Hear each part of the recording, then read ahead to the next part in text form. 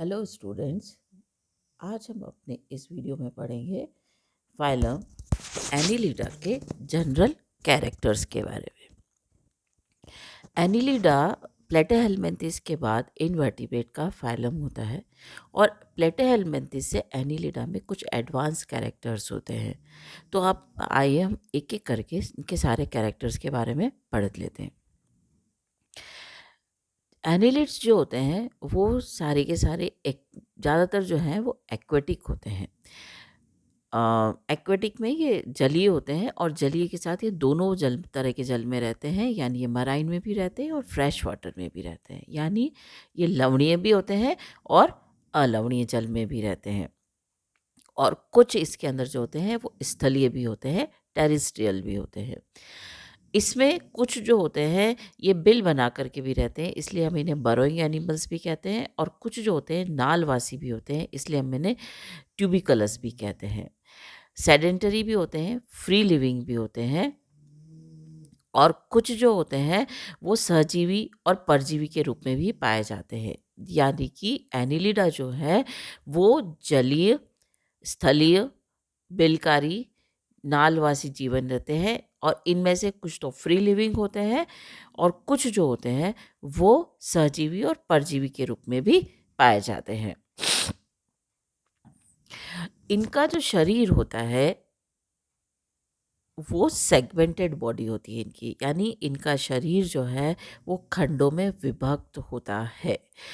प्लेटेहेलमिन्थिस तक तो जो सेगमेंट्स थे या एस्केलमिन्थिस तक थे, उनकी बॉडी जो है वो अनसेगमेंटेड थी, यानी अविखंडित थी। एनिलिड्स में जो मेन कैरेक्टर होता है, एक जिसके नाम पर हमने इसका नाम रखा है एनिलिडा एनल्स, यानी इसके अंदर रिंग्स पाई जाती है। रिंग्स मतलब किसकी होती है कि इनके बॉडी जो है वो कैसी होती है, विखंडित होती है। इनकी बॉडी जो है वो इलोंगेटेड होती है और विखंडित होती है, और इनके सेगमेंट्स जो होते हैं वो कंप्लीट होते हैं। कंप्लीट का मतलब एक्सटर्नली बाहर से भी दिखाई देते हैं और इंटरनली भी सेगमेंटेड होते हैं, और ऐसे सेगमेंट्स को हम बोलते हैं मेटामर्स, और इस कैरेक्टरिस्टिक्स को बोलते हैं मेटामरिज्म। तो मेटामर्स क्या होते हैं कि इनका पूरा शरीर जो होता है वो छोटे छोटे खंडों में विभक्त होता है और समान खंड होते हैं, और ये जो खंड होते हैं ये एनिलिडा से शुरू होते हैं, और इसी के आधार पर हमने इनका नाम रखा है एनिलिडा। मेन कैरेक्टर होता है सिमेट्री।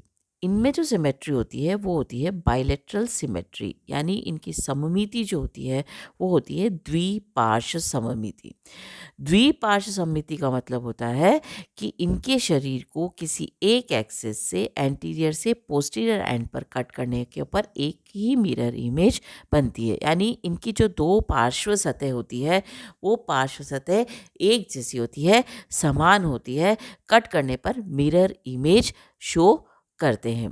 और बायलेटरली सिमेट्रिकल होने का मतलब है कि इनमें एक एंटीरियर एंड होता है और एक पोस्टीरियर एंड होता है, तभी इसमें बायलेटरल सिमेट्री पाई जाती है। ये सब ट्राइप्लोप्लास्टिक होते हैं, यानी इनमें 3 जनन स्तर पाए जाते हैं। इनका जो डेवलपमेंट होता है, इनका जो विकास होता है वो 3 जनन स्तर से होता है, एक्टोडर्म, एंडोडर्म, और इन दोनों के बीच में पाई जाती है मीजोडर्म। तो इस तरह से ये होते हैं त्रिजनन स्तरीय। 3 जनन स्तर कौन से होते हैं, एक्टोडर्म यानी बाह्यश्चर्म, अंतश्चर्म और मध्यश्चर्म। तो तीनों चर्म लेयर इसके अंदर पाई जाती है। इनकी जो एलिमेंट्री कैनाल होती है, यानी आहार नाल जो होती है, ये आहार नाल कंप्लीट होती है। कंप्लीट आहार नाल का मतलब होता है कि एंटीरियर एंड पर माउथ होता है और एनस में ये ख़त्म होती है। 2 ओपनिंग होती है, एक माउथ होता है और एक एनस होता है, और ये कैसी होती है, ट्यूब लाइक स्ट्रक्चर होता है। इसलिए इस एलिमेंट्री कैनाल को हम बोलते हैं कि ये एलिमेंट्री कैनाल जो है वो कंप्लीट एलिमेंट्री कैनाल होती है। इनमें जो डाइजेशन होता है वो एक्स्ट्रा सेल्यूलर होता है, यानी कोशिकी बाह्य पाचन पाया जाता है। इनकी जो गट होती है वो जो आगे का भाग होता है उसे हम कहते हैं क्रोप और गिजर्ड। और पूरी एलिमेंट्री कैनाल जो है वो 3 हिस्सों में डिवाइड होती है, फोरगट, मिडगट और हिंडगट। ठीक है, तो इस तरह से इनका जो एलिमेंट्री कैनाल होती है वो कंप्लीट होती है। ट्यूब लाइक स्ट्रक्चर होता है, माउथ और एनस दोनों उपस्थित होते हैं। अब इम्पॉर्टेंट कैरेक्टर एक और होता है सिलोम। अभी तक हमने जो एस्के हेलमिंथिस तक पढ़ा था, तो एस्के हेलमिंथिस जो था वो था अदेहगुह्य था या आभासी देहगुह्य थे। ठीक है, प्लेटो हेलमिंथिस तक अदेहगुह्य थे, फिर आभासी देहगुह्य थे। यहाँ पे एक ट्रू सिलोम पाई जाती है, यानी एक देह गुहा पाई जाती है। और जिन एनिमल के अंदर ट्रू सिलोम प्रेजेंट होती है उन एनिमल्स को हम बोलते हैं सिलोमेट।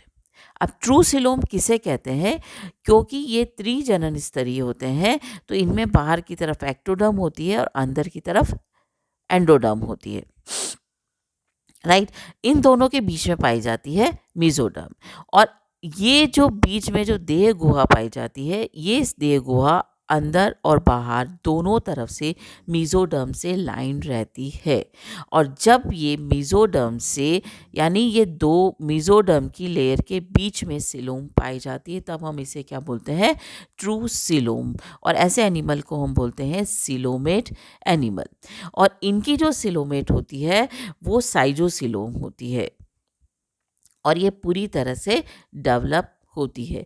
ये ट्रांसफर सेक्शन से सिलोम जो है, क्योंकि इसमें मेटामर्स होते हैं तो इसमें कंपार्टमेंट्स पाए जाते हैं ड्यू टू सेप्टा जो प्रेजेंट होते हैं उसकी वजह से इनमें अनुप्रस्थ पट होते हैं और ये बहुत सारे चैम्बर्स में डिवाइड हो जाती है। और इसके अंदर जो द्रव भरा रहता है, जो उसमें कोशिकाएं और कणिकाएं उपस्थित होती है। तो ऐसे एनिमल्स को हम बोलते हैं ट्रू सिलोमेट। तो एनिलिड्स के जो 3 कैरेक्टर्स होते हैं उनमें ये ट्राइप्लोब्लास्टिक होता है, इनमें ट्रू सिलोम पाई जाती है और इनकी बॉडी जो है वो सेगमेंटेड होती है, यानी मेटामरिकली सेगमेंटेड बॉडी होती है। लोकोमोशन, चलन, ये इसकी बॉडी पर हेयर लाइक स्ट्रक्चर्स पाए जाते हैं जिन्हें हम बोलते हैं सीटी। दे ये जो है, ये सेगमेंट जो है वो पेयर्स में पाए जाते हैं और इसके बाहर की तरफ में भी पैरापोडिया प्रेजेंट होते हैं, जैसे नीरीज वगैरह में प्रेजेंट होते हैं। और जैसे एनिलिडा है जिसमें पैरापोडिया नहीं पाए जाते हैं।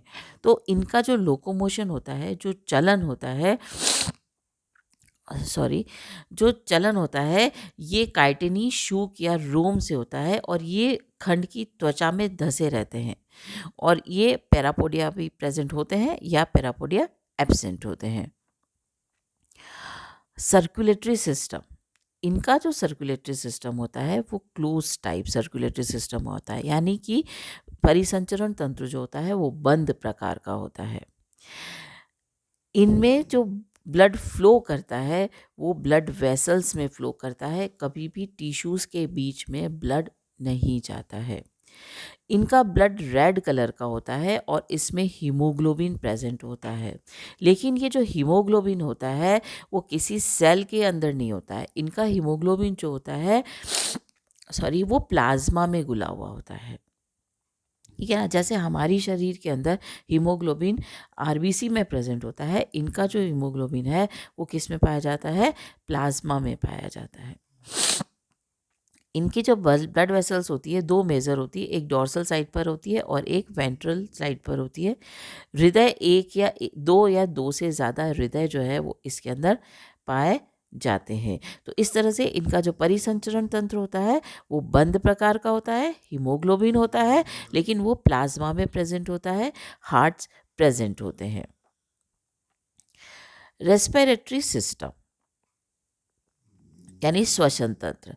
श्वसन तंत्र के लिए इनमें कोई स्पेशल ऑर्गन नहीं होता है, क्योंकि कुछ तो एक्वेटिक होते हैं तो पानी में रहते हैं, और कुछ जो ज़मीन पर भी रहते हैं, जो टेरेस्ट्रियल भी होते हैं, उनकी सतह जो होती है, वो स्किन जो होती है वो हमेशा मॉइस्ट बनी रहती है। नम्र आर्द्र त्वचा जो होती है, और या पार्श्वपाद जो या सिर के पास गिल्स होते हैं, उनसे ये श्वसन की क्रिया को पूरा कर लेते हैं।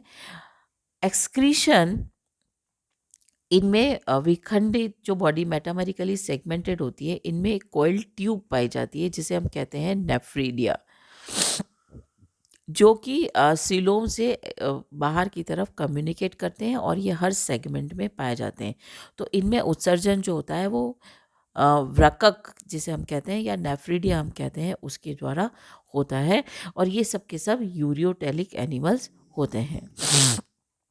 तंत्रिका तंत्र, नर्वस सिस्टम में एक जोड़ी सेरिब्रल गैंग्लियन पाया जाता है या प्रमस्तिष्क गुच्छिकाएं पाई जाती है, या एक दोहरा ब्रेन पाया जाता है, या डबल वेंट्रल नर्व कोड पाई जाती है, यानी दोहरी तंत्रिका रज्जु होती है जो कि वेंट्रल साइड पर होती है। अब हम यहाँ पे बात करते हैं तो इनवर्टिब्रेट्स में जो नर्व कोड होती है वो हमेशा वेंट्रल साइड पर पाई जाती है, और जो वर्टिब्रेट्स होते हैं, जो कॉर्डेट्स होते हैं, उनमें नर्व कोड जो है वो हमेशा डॉर्सल साइड पर पाई जाती है। ये और इनकी बॉडी जो है वो सेगमेंटेड होती है, इसलिए हर सेगमेंट में एक गैंग्लियन पाया जाता है और वहाँ से लेटरल नर्व्स निकलती हैं जो हर सेगमेंट को सप्लाई करती है, हर सेगमेंट में पहुँची हुई होती है। इनमें रिसेप्टर ऑर्गन्स जो हैं वो ज्ञानेंद्रियाँ जो होती है वो टेक्टाइल ऑर्गन्स होते हैं, यानी स्पर्शक अंग होते हैं, स्वाद कलिकाएँ होती है, संतुलन पुटियाँ होती है, प्रकाशग्राही कोशिकाएं होती है, और कहीं कहीं पर नेत्र भी पाए जाते हैं जैसे लीच के अंदर पाए जाते हैं। तो इस तरह से इनमें नर्वस सिस्टम होता है। And last but most important part, reproduction, जनन। ये जनन जो है, ये एनिमल जो होते हैं वो हर्माफ्रोडाइट होते हैं, यानी कि इनमें मेल और फीमेल जो है वो एक ही एनिमल के अंदर, ऑर्गन एक ही एनिमल में पाए जाते हैं, या फिर इनमें नर और मादा जो है वो अलग अलग भी होते हैं। क्लीवेज जो है वो स्पाइरल होता है और डिटर्मिनेट होता है, निर्धारित होता है, और यूनिसेक्सुअल फॉर्म भी होती है ये, बट इनडायरेक्ट जो है, सॉरी, जो मोनोइशियस एनिमल्स होते हैं उनमें डेवलपमेंट जो है वो डायरेक्ट होता है, पर जो डाइशियस एनिमल्स होते हैं उनमें डेवलपमेंट इनडायरेक्ट होता है। इनमें लार्वा प्रेजेंट होता है, लार्वा का नाम जो होता है वो होता है ट्रोकोफोर लार्वा। इनमें रीजनरेशन पाया जाता है, यानी पुनरुद्भवन की क्षमता पाई जाती है, और कहीं कहीं पर इनमें एसेक्सुअल रिप्रोडक्शन भी होता है। तो इस तरह से इनमें जनन जो है वो उभयलिंगी या नर और मादा अलग अलग होते हैं। इनका जो विदलन होता है वो सर्पिल होता है, यानी स्पाइरल होता है, निर्धारी होता है, यानी डिटरमाइंड होता है। लार्वा अगर होता है तो इनमें ट्रोकोफोर लार्वा होता है, इनमें पुनरुत्पन्न की क्षमता पाई जाती है, और इनमें एसेक्सुअल रिप्रोडक्शन भी कहीं कहीं पाया जाता है। तो इस तरह से एनिलिडा जो है वो एक इम्पॉर्टेंट कैरेक्टर फाइलम होता है। एनिलिडा में जो है वो स्पीशीज़ जो अभी तक हम जानते हैं वो 8700 स्पीशीज़ तक हमें पता है, हम जानते हैं। और एनिलिडा के मुख्य कैरेक्टर अगर फिर से रिवाइज करें तो ये लंबे होते हैं, बायलैटरली सिमेट्रिकल यानी द्विपार्श्व सममित होते हैं, और ये उच्च श्रेणी के संगठित प्राणी होते हैं। और एक और इम्पॉर्टेंट कैरेक्टर होता है कि इनमें जो सिस्टम होता है वो organ system level of organization पाया जाता है। ये बॉडी सेगमेंटेड होती है, सिलोमेट होती है, और यहाँ पे ये ट्राइप्लोब्लास्टिक होते हैं। राइट, आज के लिए इतना ही है। अब नेक्स्ट वीडियो में पढ़ेंगे कि इनका क्लासिफिकेशन के बारे में पढ़ेंगे। Thank you.